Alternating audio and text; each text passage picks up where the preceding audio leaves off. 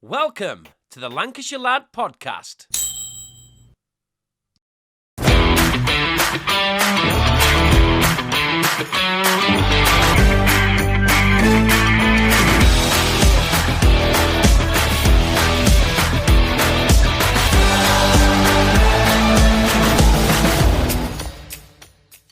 Welcome to the Lancashire Lad podcast, and this week is a very unique and special episode because we have our first female guest on the show, and that happens to be Angela Carroll, PT, fitness extraordinaire, and someone who played a big part in my change of mind at the start of this year. I decided I want to get a little bit fitter, think a lot clearer, and without asking, Angela just appeared on my Facebook with advice, and that made me intrigued to look into what she does, and what she does is really good at a high level. So I thought I'd bring her on to the show to talk to you about what she can offer, what she does for a living, and see if it makes any change to your life. So Angela, how are you and how are things? Hi, Stuart. Good afternoon. How can I possibly follow that introduction? Thank you very much. Yeah, it's great. Thank you for asking me today. I'm pleased to be here and hopefully get a few people going as you went, and kind of you set off without even realising how far it's going to snowball. So hopefully that can happen for some other people too. Yeah, absolutely. Because obviously for me, January the 1st came this year, as it comes every year. And a lot of people always jump on the New Year's resolution bandwagon. For me, it wasn't really that. But I started doing a bit of training, just running, really. No real set targets. But out of nowhere came Captain Carroll. Your enthusiasm for it was infectious in both directions, kind of thing. So that's what drew you in to sort of offer bits of advice? Yeah, because it's my passion. To see passion in other people fires me up even more, and it's hard to get that passion out of people, even though it is my job. To get that passion out of people. If people have already got that spark and I can grab it and run with it, and you're gonna like fly from it, then that's exactly what I'm looking for. That's what floats your boat. Absolutely. Fantastic. So obviously your name is Angela Carroll PT. What is, obviously, I think we know that PT stands for personal trainer, but I guess each personal trainer has their own definition of what that stands for. So what is a personal trainer in the eyes of you? I think personal trainers get a bad rap. I think people imagine them to be youngsters sort of strutting around the gym floor, a little bit unattainable, whereas for me it's being a person in someone's corner who is able to extract the best out of someone and help people realize goals and dreams that they never thought that they could ever reach. So it's just to have that extra little bit of support in your corner. That's fantastic to know. So obviously we won't talk about your age unless you wanted to, but it was something that you were involved in fitness when you were younger and drifted away from for a while before returning. Is that correct? Yeah. So I never even realised. I thought I'm generally by nature a little bit lazy, but actually when I think about it, from the ages of 7 to 18, I went to a local dance school on Regent Road, Tracy Austin's Dance Factory. So in actual fact, I was more active than I thought. And then I was in the Girl Guides and stuff. But because exercise is different for different people, it doesn't have to be going and slaving hours in the gym. It's just being active, getting on your feet and getting out and doing stuff. I actually didn't realise that I was more active than I thought, but it certainly wasn't something I ever thought I would be doing as a job. And it's actually, for me, I feel it's more than a job. It's a vocation. It's a passion. Yeah. Do you know something? What you just said, it really brings home to me, because I see people, obviously, as we all do, every day of the week, every week of the month and every month of the year. And I love it when I see people that have stumbled into a career that they were always meant to be. So they didn't know they were going to do it. But when they found it, it was where they wanted to be. And it sounds like it was very much like that for you with the fitness. Yeah, I felt going through school, I was a little bit sort of jaded because I saw people firing off, I've always wanted to be an architect, I've always wanted to be a banker, I've always wanted to be this, go to uni. And I was like, I really don't know what I want to do. And I kind of felt a little bit lost. So instead of going to uni, I went traveling around the world 2000 to 2001. Best thing I ever could have done. Didn't regret not going to uni. I always knew I would learn at a later point in life, as my mum and both my brother have done sort of learning it later in life. And I thought, nope, I'm going to do it when I'm ready for it. I'm going to follow sort of the path I think is meant for me. And yeah, definitely sort of stumbled upon it. And when I got here, I was like, oh my God, it's here. I was 35 when I started retraining, 36 just when I qualified, and I've been doing it for 5 years now. So 41, I'm the old PT on the block. The oldest PT on the goddamn block. Yeah, but I think you have something that I don't see in many other PTs, and maybe I'm inexperienced enough to see, but I obviously see you commenting on so many people's statuses and encouraging and reaching out. And sometimes when you reach out to someone, you know, that's... Sorry? Bossing them about. Well, if you want to call it that. But I tell you what, some of us are built that way. Some of us are built where we only react to a push, not a gentle push. We react to a good push. So it is what it is. And I tell you what, the thing is with fitness, from what I think, and I don't know if you agree, is that I think you've actually alluded to this on your own social media a few times, that there's no set plan. Anyone can exercise to some capacity. It's the brain and the mentality that stops people, isn't it? So yeah, your mind can be your biggest friend or your biggest enemy when it comes to doing anything, not just health and fitness. But yeah, particularly when it comes to doing health and fitness, which is difficult, it is hard, it is a consistent relentless thing that needs doing all the time for it to be of great benefit to you, which is why it's important that people find their own niche. They don't have to do the running, or just because they see loads of people. I think I mentioned that on one of your posts, you running, then everyone else is like, oh, I like running, and a few people are like, oh, I wish I could run, and my knees won't take it. And it's not there to make people feel bad. There'll be something else that they can do that's right for them. It's to choose your own path in what you're doing. Yeah, I literally think that I think the brain, and something I've discovered the older I've got, is your brain tries to screw you over from the minute you wake up, really. And like you wake up and your brain will go, hit snooze. And that's your brain, for the first moment you open your eyes, trying to stop you doing what you should be doing, which is getting out of bed, looking to attack the day, and obviously improving your fitness mindset and getting about your work. We can be our biggest saboteurs, 100%. We love a good excuse, don't we? We all do. Yeah. So what would you say to someone who said, if you said to someone, have you thought about doing a bit of fitness? And they said, well, my knees hurt, I can't run. What would your reply to that be?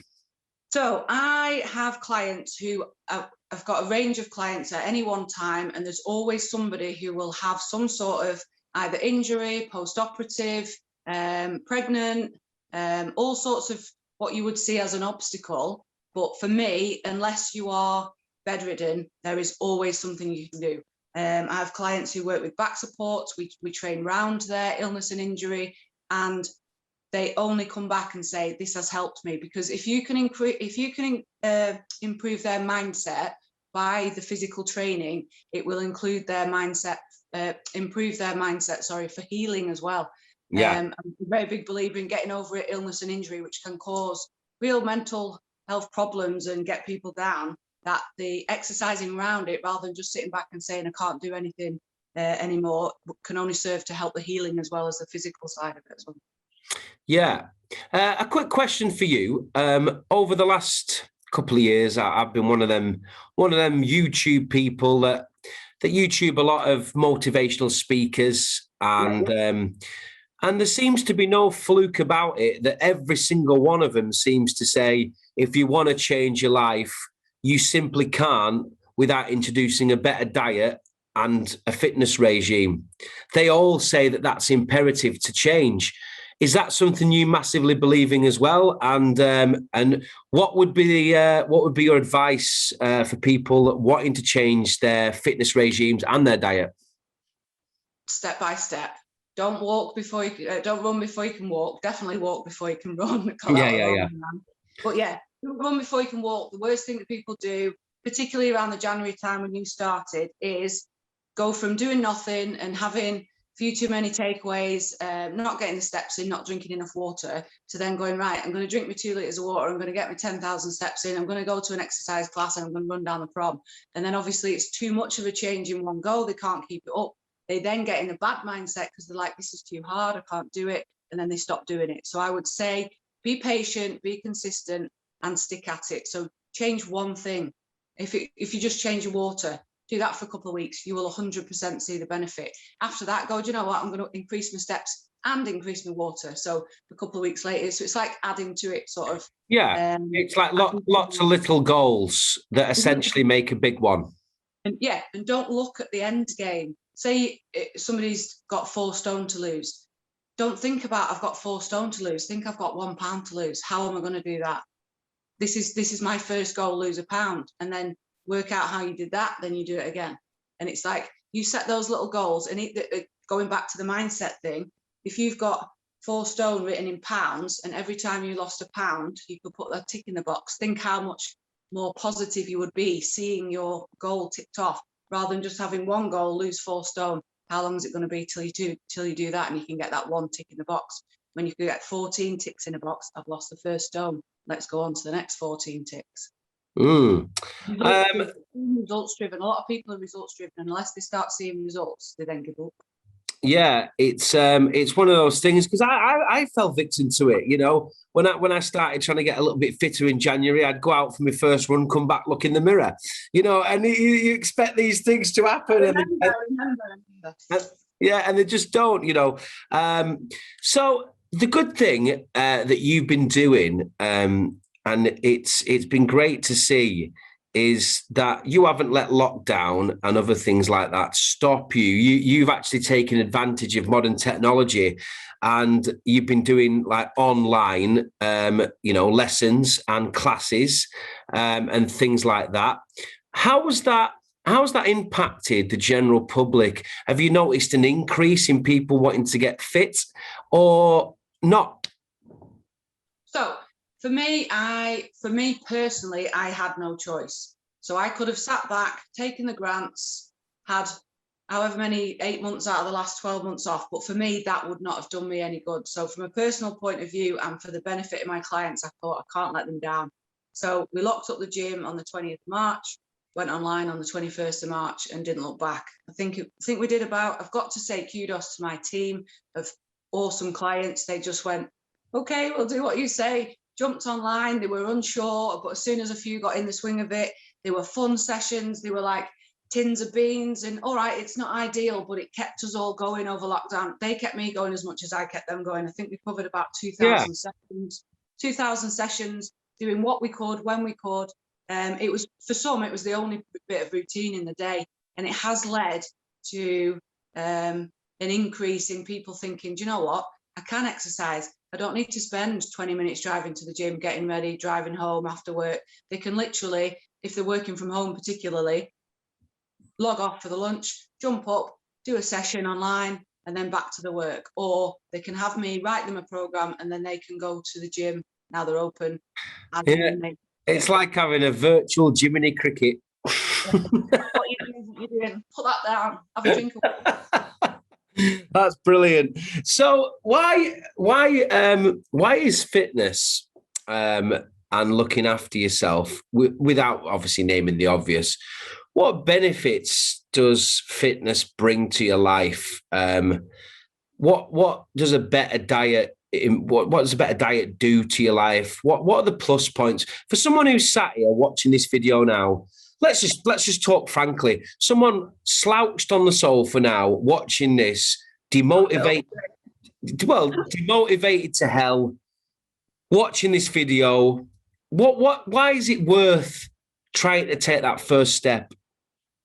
Because you will never look back. Once you start, and you'll know this from your own journey this year as well, you will never look back. Once you start improving your diet, your hydration levels, we talk about food and nutrition, but don't forget that in that, a massive part of that is your hydration levels, your water consumption. If people in general, I think, just change that and nothing else, they would feel a whole lot better. So changing that, you will never look back and go, I wish I'd not done that. You will see how much brighter you feel. You'll see how much fitter you feel, how much more energy. Particularly now people are have been sort of stuck in their homes. They'll just feel a bit more like getting up and going out for a walk. It will become part of their routine, the same as cleaning your teeth, getting up and having a shower in the morning. It needs to be made part of your routine, not seen as a chore like the washing up or something. You would never look back once you start improving your life, be it a little bit, a lot, massively, like you've picked up the baton and run with it. You will never look back and go, oh, I wish I'd not done that.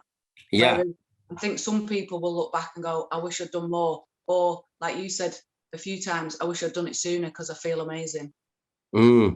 Yeah, I think what it is with, and I can only speak for people on my level, is that, you know, in my 20s I was very fit. I kept myself very active.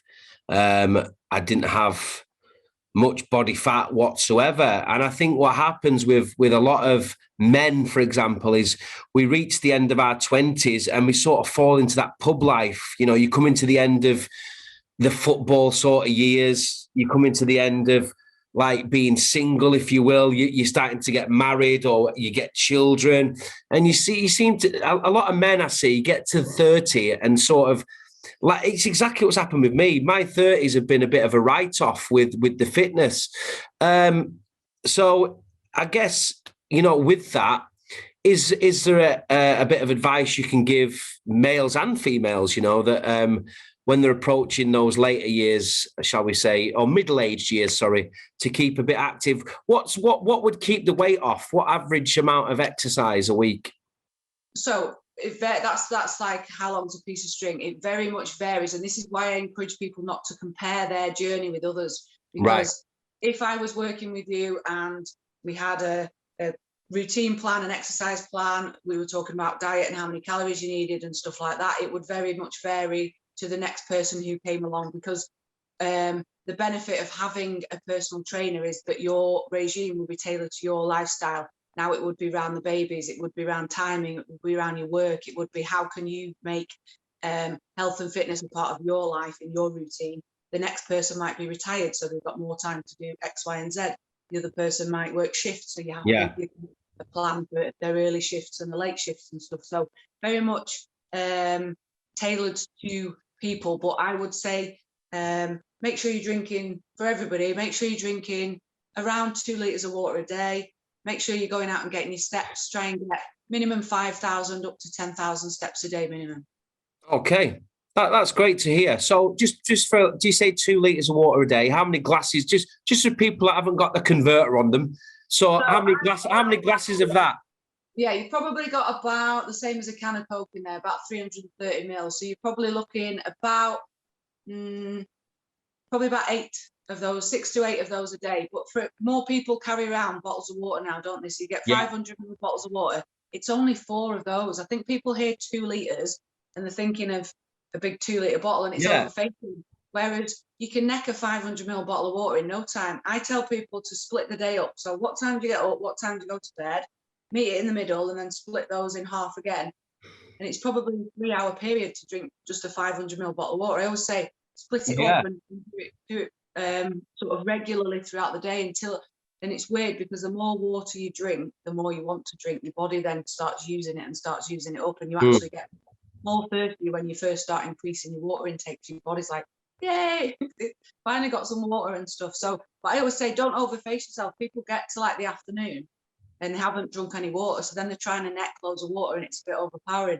My biggest tip for people, and it works, if you get up in the morning and you go, can't do anything without a brew, got to have a coffee. If the first thing you have in the morning is a coffee or a tea, that's highly likely that's the next thing you have.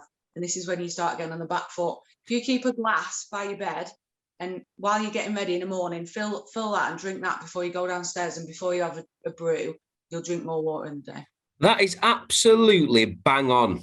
Yeah. If I start the morning with the water, I will drink water for the rest of the day. I don't lie, Stuart. I don't lie. I might tell you off, but I don't lie. Yeah, no, you're correct. Right, listen, tell us what your business is called, where we can find you, and why do we go, or why do people come to see you and not others? So I am Angela. My actual name is Angela Coleman, so you'll find me under Angela Coleman on Instagram. I'm on Angela Carroll PT on Facebook. You can work with me online. You can work with me at the gym in Winsford in Cheshire, or you can work with me purely through email and providing programs and nutritional advice that way. So I have a lot of friends back home and they're like, oh, I wish you lived near you, could whip me into shape. I can work online with anybody anywhere in the world. That's the beauty of, that's the way you were asking before about people have now discovered that you can work remotely with people perfectly well, still get the support, still get all the information that you need. So yeah, just drop me a DM if you need any advice or help. Yeah, but working with somebody will enable you to fit I think people think there's a one size fits all with the health and fitness lifestyle and you've got to be doing this. Yeah. You don't. I can make it fit to your lifestyle, not the other way around. That's fantastic. So one of the main plus points about you is you're so accessible to get to, and do you mind? It's up to you. I don't know if you mind or not. Do you mind people dropping in a message asking for advice? Is that something you're happy to do? Absolutely. If people are unsure of things or they've got a query or a question, I'm happy to answer them. Obviously, if I'm in sessions and stuff, I'll get back to them as soon as I can. But yeah, I do get quite a lot of queries and inboxes and stuff. But I think people are scared to take that leap because not of the service that they're going to get, but what they know they're going to have to do some work. And it's hard for people to accept that to make change, they have to change aspects of their life, sometimes quite drastically, but that would be done over time, but they never regret it. Okay, so I'm going to put you on the spot a little bit with a few fitness questions, not like general knowledge things, just your advice. But I don't want you to sit on the fence and I don't want you to say everybody's different because you've explained that. I just want some very crisp and short answers. So your best bit of advice for someone who is wanting to get fitter? Drink more water, go to bed and get up at the same time every day of the week, and move more in between. Any point you can, move more. Go for a walk to the shop, park further away in the car park, get off the bus stop stop earlier. Anytime you can, get off an hour, just walk. Don't bother getting the bus. No, move. Anytime you can, move. Okay. Advice on a really good food source that will help you feel better. So a certain food, vegetable or fruit, something that you've discovered really works for you and might work for others. Protein. People don't look at the protein intake enough. Protein is vital for muscle repair and growth, and also repair. And it's low calorie and keeps you full. So good sources of lean protein would be fat-free yogurts, plain yogurts, chicken, salmon. Obviously, you can get vegetarian and vegan options that I found, because I did a bit of research actually, because I'd like to reduce my meat consumption, because obviously chicken is rife in our house and I'd like to just sort of find some alternatives. When you're looking at the vegetarian and the vegan options, it's the meat substitutes that are higher in protein for the less calories. When you're looking at the sort of beans and the pulses and stuff, they are sources of protein, but they tend to be higher in calories, deep fried and stuff. So look at the meat substitutes. You can buy like the fake burgers and fake kebab meat and stuff like that. They're actually really tasty. Okay, if you are wanting to start running, what is the distance to probably start at for a beginner? So for a beginner, before you've even set foot out the door, go and get some proper trainers to run in. Loads of people, I don't know whether it was something about this year or what, wanted to get out running. I think it's because we'd all been locked in our houses, so we were desperate to run away from them for a little bit. Go and get your gait analysed. You can go to shops now, get your gait analysed, get the correct footwear for going out, and the Couch to 5K app is a fantastic measured, implemented pattern of walking and running, in very, very small, almost to the point where people will think, well, that's not going to do me any good, but it will enable you in the time that I'm not even sure how long it takes, but because I've never done it, the Couch to 5K has helped so many people realise that they can run, but it needs to be done. Too many people go out and try and run a 5K, come back with shin splints, sore feet, sore legs, sore knees. Oh, I'm not doing that anymore. Yeah. It needs to be done methodically and with little increments of progress over time. Okay. So you've not for everyone. If you've got bad joints or you are too much overweight at this point, don't be going out running. Right. So if you've got the pair of trainers and you're a beginner, what distance do you recommend? Just a rough ballpark figure. It's hard. Couch to 5K, it'll enable you to do it in increments. I wouldn't be going out and trying to run more than 1 kilometre on the first. Right. Okay, that's fantastic. Right then. So what is the goal for you? What is the I know you said you don't really like looking at the end result because as you're probably in the same boat as me with delayed gratification is attractive to work with. But what would you like to achieve with your fitness journey? I'd like to continue doing the online coaching because I'm an empath, and I think one of my, and being that bit older as well, with a little bit more life experience than maybe the 20-year-olds, well, you've got 20 more years life experience, but I think a lot of what my clients' feedback is that I can empathise and sympathise with their situations. I can say I know how that feels. A lot of the advice that I give is from personal experience. So I'd like to continue doing that on one half, but I'd like to be like some sort of tutor or assessor. So when I did my PT qualification, obviously we had on-hand assessors, first aid assessor and stuff like that. So I'd like to be quite, believe it or not, quite a stickler for form and technique and stuff. So I'd quite like to, don't say anything. I'd quite like to be a tutor or an assessor.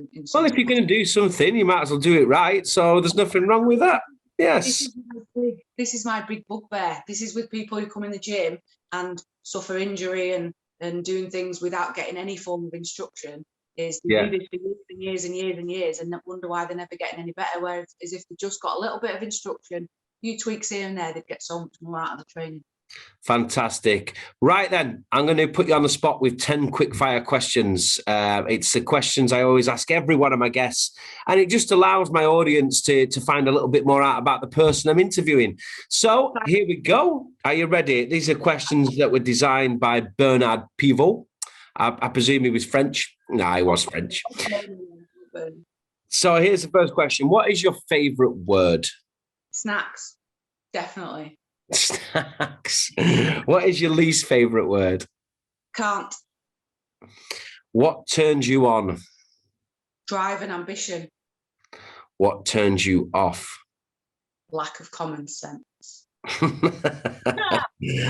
What sound do you love? Cats purring. Really? Oh, that's awesome. What sound do you hate? It would actually take me too long to tell you because I believe, along with a few people that might be watching this, I've got misophonia. I just hate sound in general. So tapping, chewing, breathing, like, yeah. Breathing? It's kind of important, that, though. I breathe really noisily. Oh, my God, I'm like that. All right. Bloody hell. Okay. What is your favourite curse word? I'm bad for it. I swear really badly. I have to stop myself swearing, but you can't beat fuck for it. Yeah, fair enough. What profession other than yours would you like to attempt? So I spoke just then about the tutoring assessors type side. So that's sort of a real life ambition, but I'd love to be on Virgin flight crew, just jetting off to Vegas, just jetting off to Barbados or whatever. I can see you in that little red jacket. Having to stay there for 4 days would just be awful, wouldn't it? It would. What profession would you definitely not like to do?